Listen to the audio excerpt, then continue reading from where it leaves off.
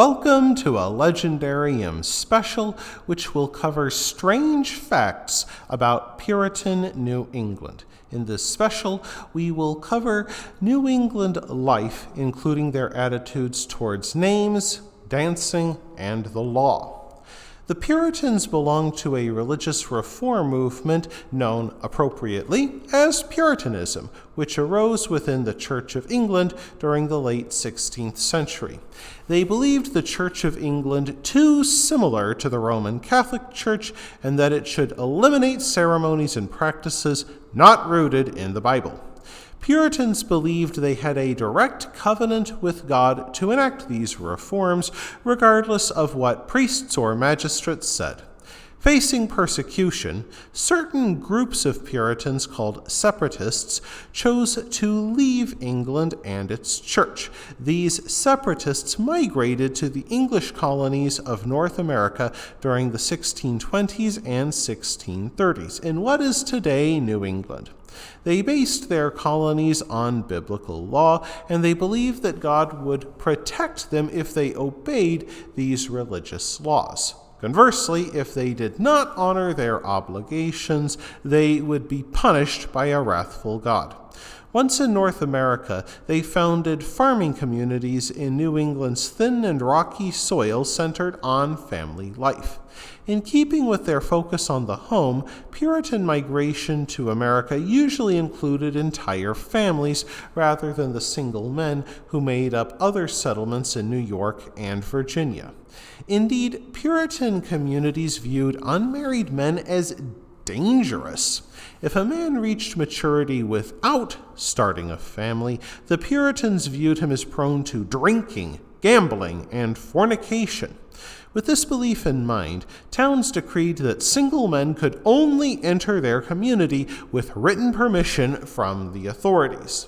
Additionally, communities banned almost any hobby they judged distracting from God. Anyone found with a deck of cards or dice had to throw them away or face punishment.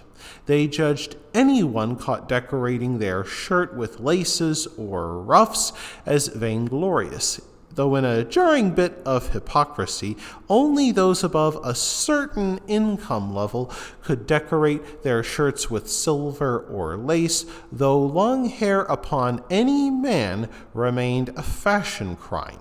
While the Puritans allowed drinking, they passed strict laws against public intoxication and insisted that alehouses close by 9 p.m. and that a preacher read the Bible to the patrons while they drank. For the Puritans, salvation depended on the entire community obeying religious law, so any resistance to the church meant swift punishment. For lesser offenses, an offender might go to the stocks or be whipped. Thieves, for example, would receive a brand on the neck for a first offense, a second brand on the neck for a second offense so they could be easily identified as a thief, and if they reached a third brand, they would be judged irredeemable and have an appointment with the gallows. Towns also made kissing in public illegal. On one occasion, a Captain Kimball, just returned from a 3-year ocean voyage, kissed his wife on his own doorstep.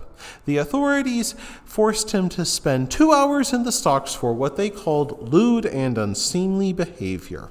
Of course, people who spoke against this rule of the saints might have a red-hot awl shoved through their tongue. Beyond physical punishment, communities controlled individual behavior by fierce gossip, posting defamatory billboards in town, and of course, lawsuits. Puritans took particular offense at anyone caught kissing the Holy Bible, believing it an act of idolatry that offended God.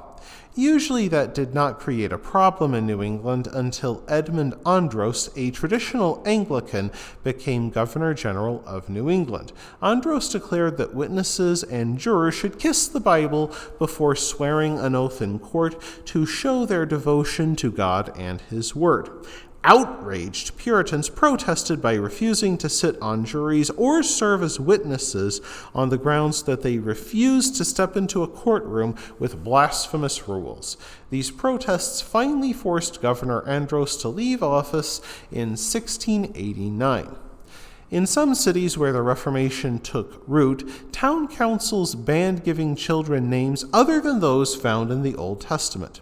Within John Calvin's Geneva, for example, a man went to prison for 4 days because he insisted on naming his newborn son Claude, a name not found in the Old Testament.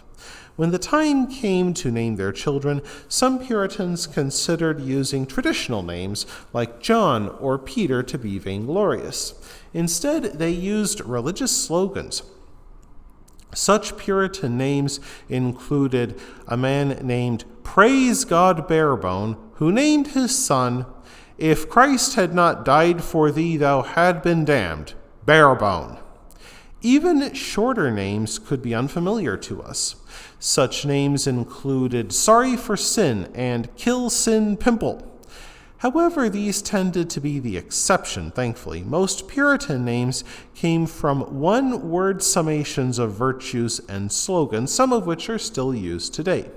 Any person named Felicity, Hope, or Prudence came from the same naming tradition that gave us the Puritan name Abstinence, one that has since fallen into disuse. According to the Puritans, the violin served as a tool of Satan, created to lead innocent Christians into the sinful act of dancing. Some Puritan colonies considered dancing immoral, for when men started dancing with women, they feared these physical acts would entice people into fornication. However, young people knew that other colonies held shameless dances in broad daylight without the slightest apology. They wanted the freedom to dance, so they created a clever workaround. Young Puritans held play parties, celebrations where young people followed the steps in a children's game to music so they could claim they did something other than dancing. They wrote songs like Skip to My Lou so that Puritan youths could dance together while pretending to engage in play that was accepted by the church. That wraps things up for this episode of The Legendarium. I hope you enjoyed it. If you did, press like. If you want to see more, press subscribe. And if you've got anything to say, let me know in the comments section. Thanks again for joining me, and I hope that you have a great rest of the day.